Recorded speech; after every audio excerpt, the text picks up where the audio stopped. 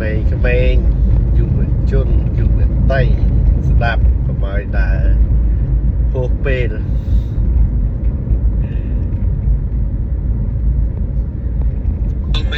ចូល5 ខែបង5 ខែខ្ញុំមានបានតាក់ទងទៅគាត់អត់ទេនិយាយទៅគាត់ចោះចោលតាំងពីកូនក្នុងពោះ3 ខែរហូតដល់ឥឡូវគឺគាត់បិទ Telegram គាត់បិទ Facebook គាត់បិទអីទាំងអស់និយាយទៅខ្ញុំមាន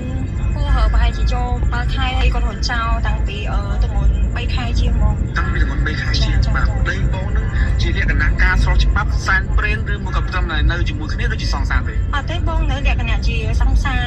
បងតាក់ទងជាមួយនឹងគាត់ប្រហែលឆ្នាំទេចូល5 ឆ្នាំបងចូល5 ឆ្នាំហើយអញ្ចឹងវាដូចប្រិយប្រពន្ធហ្នឹងណាចាការបញ្ជាក់របស់បងស្រីហ្នឹងគឺខាងប្រុសហ្នឹងគឺតែងតែប្រើប្រាស់អំពើហិង្សាទៅលើគាត់ទៀតបាទគាត់ទ្រាំរយៈពេល5 ឆ្នាំបងប្អូនដឹងហ្នឹងមនុស្សស្រីទ្រាំរហូតដល់មានផ្ទៃពោះ3 ខែគឺខាងប្រុសដាក់មេប្រូចបាត់អត់ទទួលខុសត្រូវលើទង្វើដែលខ្លួនធ្វើបងធ្វើការផ្សាយបងចង់បានអ្វីពីគាត់ដែរបងនិយាយទៅខ្ញុំចង់ឲ្យគាត់ពិតមនុស្សខុសត្រូវចង់និយាយថាបើគាត់អាចនឹកឃើញថាបើគាត់មិនស្រឡាញ់ខ្ញុំគាត់មិនមកវិញអត់ទៅឲ្យតែគាត់គិតកូនគាត់លិតកូន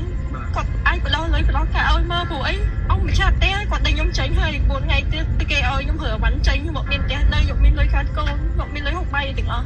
ព្រោះថ្ងៃបានអ្នកចិត្តខាងគេឲ្យជាលុយតិចតួចឬក៏មកហូបបាយស្លោអីចឹងទៅអត់គេជួយច្រើនតាមថាបងដល់ថ្ងៃដែលមានអីទាំងអស់ហ្មងដល់ថ្ងៃដែលត្រូវបងខ្លាចផ្ទះគេហើយបាទយើងអត់បានបងទេក៏ម្ចាស់ផ្ទះគេថា3 4 ថ្ងៃទៀតឲ្យយើងរើចេញ4 ថ្ងៃទៀតគេឲ្យរើចេញខ្ញុំអត់ដឹងថាខ្ញុំទៅទីកន្លែងណាអីគឺខ្ញុំអត់មានកុំដៅទាំងអស់គេនិយាយថាគេអត់ខ្វល់ចង់ធ្វើអីធ្វើទៅកូនរបស់អ្នកឯងខ្ញុំអត់ទូដឹងទេទេបាទចាហើយទាំងដែលកន្លងមកយើងនៅរួមរស់នៅមួយគ្នាចាបងបាទនៅក្នុងបន្ទប់អីជាមួយគ្នាដូចប្រិយប្រពន្ធហ្នឹងទៅចាបាទយូរឆ្នាំមក5 ឆ្នាំចូល5 ឆ្នាំហើយបងមកចិត្តហ្នឹងបងកាលមុនខ្ញុំចំគេគ្រប់សពបែបយ៉ាងនិយាយទៅផ្ដល់អ្វីអីគេគ្រប់យ៉ាងឲ្យតែគេចង់បានអីខ្ញុំប្រឹងធ្វើការមកយប់ទៅភ្លឺគឺគេចង់បានអីខ្ញុំគ្រប់កងនិយាយទៅអស់ព្រោះខ្ញុំមានទម្ងន់ភ្លាម3 ខែគឺគេនិយាយថាខ្ញុំនឹងអាងគេ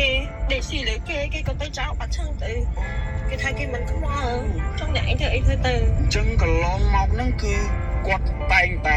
រស់នៅក្រោមការចិញ្ចឹមបីបាច់របស់បងដល់ទៅពេលបងមានផ្ទៃពោះបងសកលសម្រាប់ធ្វើការអត់កាត់ក៏គេថាបងហ្នឹងដេកស៊ីកម្លាំងគេវិញចាបងអញ្ចឹងក្រុមគ្រួសារខាងប្រុសធ្វើអត់កម្លាំងគេនិយាយបង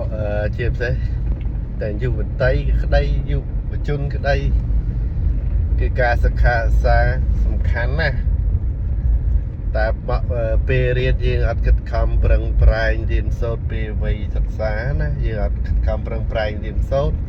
យើងគិតទៅសុបាយភ្លេចខ្លួនតាមការអូសទាញរបស់មិត្តភ័ក្តិតែយើងសេពគប់មិត្តភ័ក្តិខុសអូសទាញទៅដើរទៅលេងផឹកស៊ីហេតុឡោតអត់បានរៀនសូត្រណាអញ្ចឹងបានន័យថាជីវិតនេះយើងនឹងលំបាកព្រោះអីការ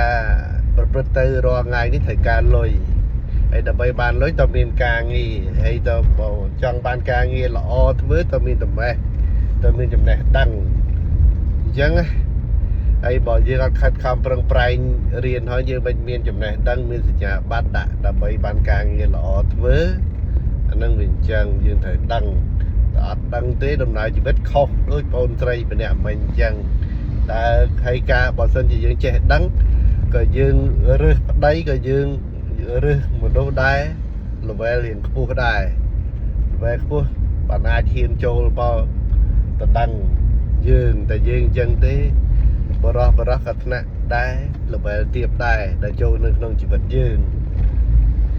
ហើយបើការអប់រំនេះមិនថាប្រុសថាស្រីទេចាំបាច់តែម្ដងព្រោះមាត់យើងកំពុងតែស៊ីលុយរាល់ថ្ងៃក៏ប៉ុន្តែក្រែងថាពេលខ្លះយើងនៅក្មេងអញ្ចឹងស៊ីលុយដោយសារពុកម្ដាយចិញ្ចឹមយើងអត់ដឹងថាពុកម្ដាយខិតខំប្រឹងប្រែងពិបាកយ៉ាងណាទេព្រោះឲ្យយើងបានស្រាប់ព្រឹកឡើងម៉ែឪឲ្យលុយឧបត្ថម្ភទាំងការរៀនសូត្រទាំងហូបចុកចឹងយើងអត់ដឹងតម្លៃនៃលុយតម្លៃនៃការសិក្សាថាតើការសិក្សាហ្នឹងសំខាន់យ៉ាងណាសម្រាប់ជីវិតមនុស្សរបស់មនុស្សម្នាក់នេះឯងបាទ